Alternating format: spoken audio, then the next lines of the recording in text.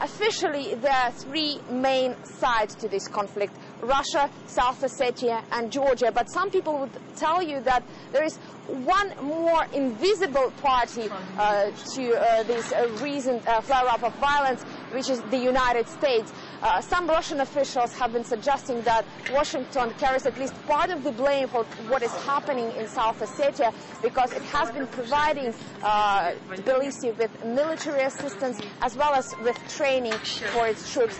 And to talk more about the U.S. participation in this conflict as well as U.S. policies in the region, I'm now joined by Joe Mestas. He is a U.S. citizen from Florida who happened to be vacationing with his family in this region when the situation went into the spiral. Well, Joe, you told me before that your wife, who is originally from South Ossetia, and your 5-year-old daughter happened to be in South Ossetia on the same very day when Georgia launched its military offensive on this republic.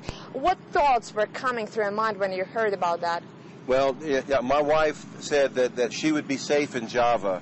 I wanted her to leave, and she said nothing's going to happen in Java. And then the next morning, after heavy artillery fire, I get a call from my wife, and she said that the Georgian airplane, the fighter plane, has bombed Java, and this happened like about 200 meters away from her parents' home. And so what did she do next? Well, she grabbed my daughter, and her parents said, take some of the neighbors' kids and get out of here. So they hopped in the car and they left. And she called me on the way and told me, and they were terrified. And when my daughter sees an airplane now, she's afraid. She said the airplanes are coming again, and I'm very thankful that they got out with their lives. After my wife came out, I met them at the border, and after she got to this side of the border, she wanted me to get into a taxi with the kids and go back to Vladikavkaz, and she turned around and she went back to Java to get her parents. So she's now staying in Java. She brought them back, and she's here with her parents. Well, now, Joe, you told me before that you've been in this region many times.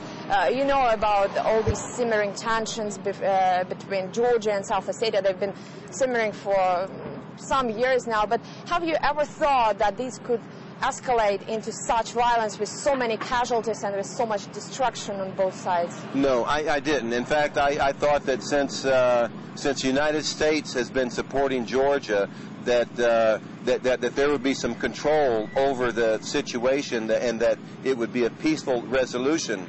And but what's happened there is not just the war; it's war crimes.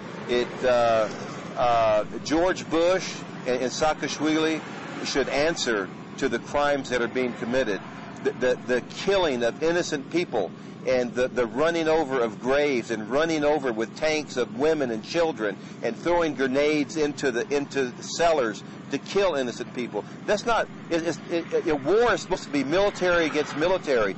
Georgians are killing innocent civilians. They're committing genocide.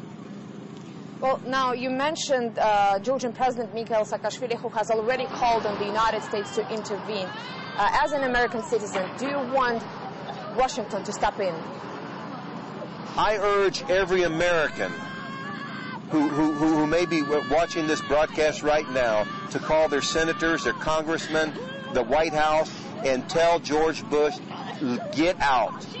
America does not need to intervene in this war. America needs to stop supporting Georgia.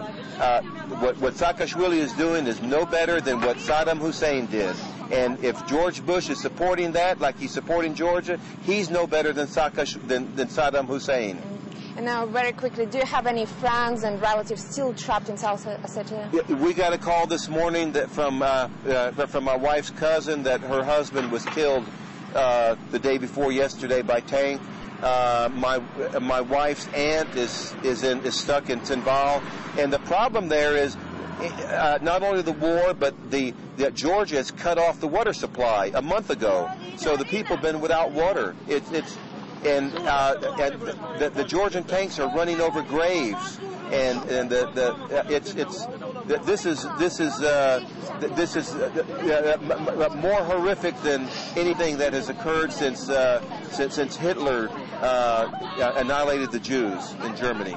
Well, we very much hope that your relatives escape South Ossetia unharmed. It was Joe Nestas, an American citizen from South Ossetia, whose wife and child, a daughter, a 5-year-old daughter, happened to be in South Ossetia on the same very day when Georgia launched its military offensive on this region.